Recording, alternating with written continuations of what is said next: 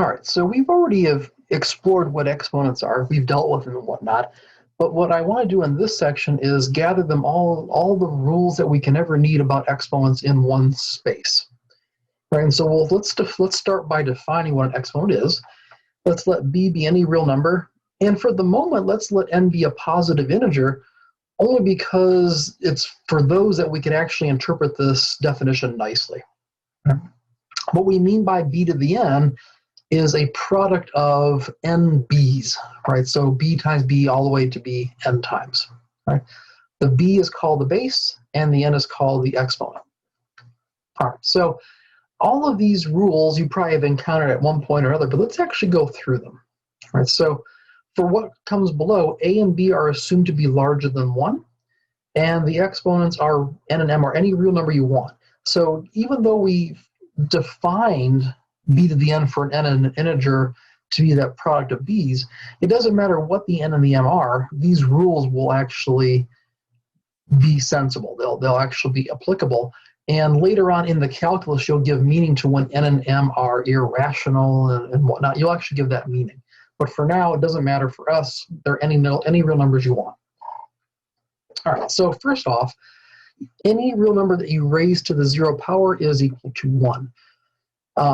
Remember what we said was that a is a positive number for us at the moment. So technically, this is even true for negatives. It's not true when a is equal to 0. Right? 0 to the 0 is something called an indeterminate form. That will not occur for us. That occurs in the calculus, and then at that point, you'll address it. So just know now that any number that you raise to the 0, except for 0 itself, is equal to 1. The next one is just notation, right? When we have negative exponents, all it means is take that term with that particular exponent to the opposite place in the fraction. So if I have an a to the minus n, I can really write that as 1 over a to the n. And if the a to the negative n happens to be in the bottom of a fraction, well, that means I can take it to the top as a to the positive version of that exponent. So it's just a notational device. That's all it is. It was basically introduced so that typesetting was easier. You didn't have to write these fractions all the time. You can just rewrite them with negative exponents. Here, we've already saw this one when we talked about simplifying monomials, and this way too when we already talked about this when we looked at rational expression simplification. But what we want to think of it is verbally. If you multiply powers of the same base, you add the powers. If you divide powers of the same base, you subtract the powers. Okay. Here, if I take a power to a power, I'm going to multiply the powers, right? And we'll illustrate this below with some examples. If I have a product, notice it's just a times b. It can be a product of several things, just not a sum or a difference. It's a product. To an exponent, you can distribute that exponent through both terms. Same way here, if I have a quotient to a power, I can apply that power to both terms of the quotient. Okay. If two numbers are the same, then if you raise both sides to the same power, you get the same thing back. Well, that kind of makes sense, right? If x is equal to 2, then if you square both sides, you should get the same thing back. X squared should be 4 since x was 2. And then number 9 just means that if you have two real numbers that are positive, if a is less than b, then raising both those to the same positive exponent, you retain the inequality. All right, so what example 1 does to just illustrate the truth of those, we've already illustrated 1 and 2, so I won't dwell on that. But let's look at 3 and 4 and 5. We'll look at these guys. So for this guy here, we have 3x cubed. Well, by definition, what that means is to multiply 3x times itself 3 times. And then remember, though, multiplication is commutative and associative. So I can group these 3's together. There's 3 of them, so that's 3 cubed. And I can group these x's together. Well, there are 3 of those. That's x cubed. And so what I've shown is that if I have a product to a power, I can distribute that power to both terms of the product. That's what that illustrates. Same way here, if I have a quotient to a power, well, x over 2 to the 4th just means to multiply x over 2 times itself 4 times. But by the way you multiply fractions, I multiply the tops and the bottoms separately. But in each case, I have 4 of each of those guys in top and bottom. And so notice I can distribute that power to both the x and the 2. And then finally here, x cubed to the second, well, what that means, I have x cubed, which is x times x times x. If I square that, I have 2 copies of being multiplied, but that means I have all told 6 x's being multiplied. And so x cubed squared, really the way you simplify that is by multiplying the exponents 3 and 2. All right, so those simply illustrate some of the properties. All right. Now we can have a little bit more elaborate examples where you have various terms or different number of variables inside an expression, and you want to simplify each of those. Keep in mind that, remember, the term simplify is different depending on what kind of expressions you're simplifying. So for a rational expression that involves now exponents, simplified means that every exponent that occurs only occurs one time in the final expression. 2, there could be no negative exponents in the final expression. And 3, if it's a fraction, there can't be any common factors in top and bottom. Right? So all 3 of those have to be satisfied to consider the expression to be simplified. All right, so for example, let's look at number 2 here. Suppose we wanted to simplify that, right? Well, notice here, we know the negative exponents just mean take that term that has the negative exponent to the opposite place in the fraction. And so I'm going to take this guy down to the bottom, and I'm going to take that guy up to the top. So I just swap where they are in the fraction. Now I have x squared over x to the 4th. I know I can subtract those powers and then keep the power of x down where the higher of the 2 powers is. So in other words, it comes down below. In the end, this doesn't have any common factors in top and bottom, and so this is considered to be simplified. All right, let's look at number 5. We have an entire product of 4 things raised to the 3rd, and we want to rewrite this as a simplified expression.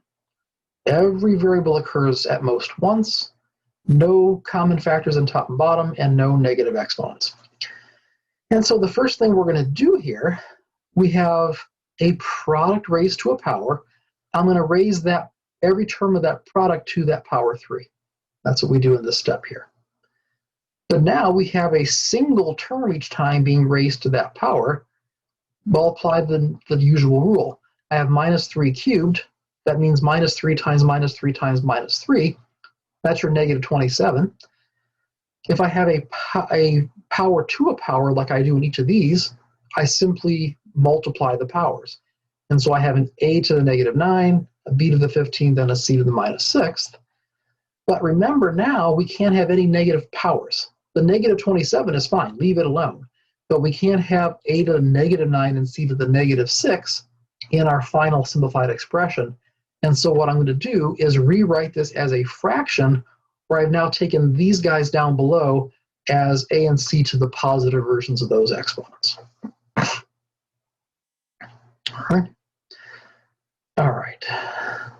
This guy here is basically the same, right? So I'll let you walk through it.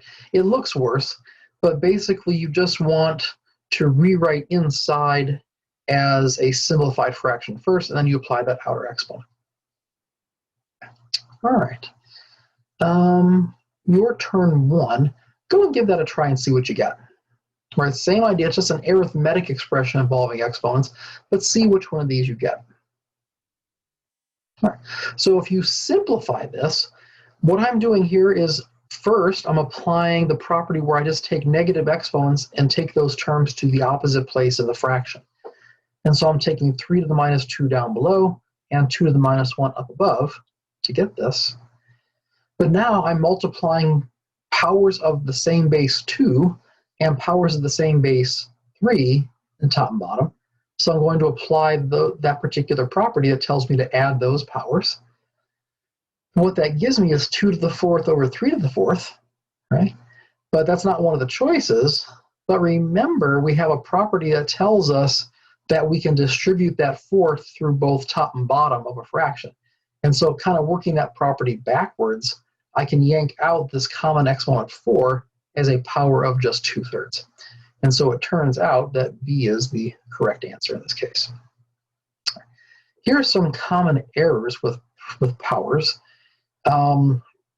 We've already spoken at length about the first one, about the foiling business, right? A plus B quantity squared is not A squared plus B squared, right? And in fact, that whole thing is false no matter what n you put in there, right? So never distribute a power through a sum or difference. Okay? These two don't come up as often, but this one is notorious for coming up. When do I square the -1 and when do I not?